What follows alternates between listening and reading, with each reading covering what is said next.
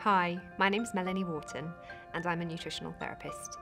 When I qualified as a nutritional therapist in 2013, I practiced for a bit, and every single client I saw, I felt very strongly that I was missing a part of the puzzle. And that part was looking at the psychological aspect of why people eat. And my training as a nutritional therapist was amazing, but it didn't really incorporate that aspect at all. So that's why this training has been so amazing, and it was what attracted me to the course.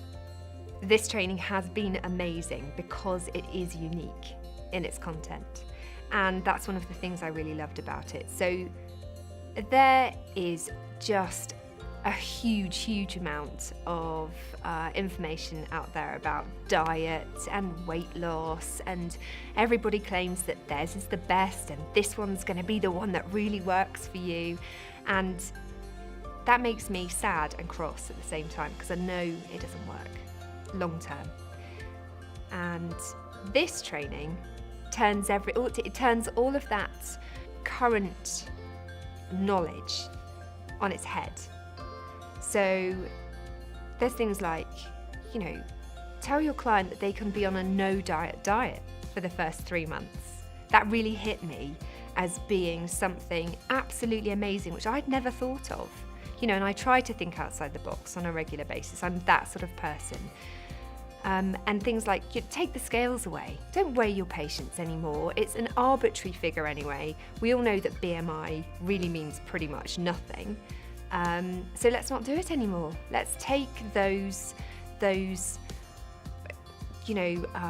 sticks that we use to beat people with away, and let's start by, as Mark David says, start with the end result in the beginning. So talk to our clients about the good things about themselves, what they really love about themselves, what they want to do in the future, and then get them to do that now. Stop the whole, I'm going to wait until I've lost 3 stone, or however much weight they want to lose.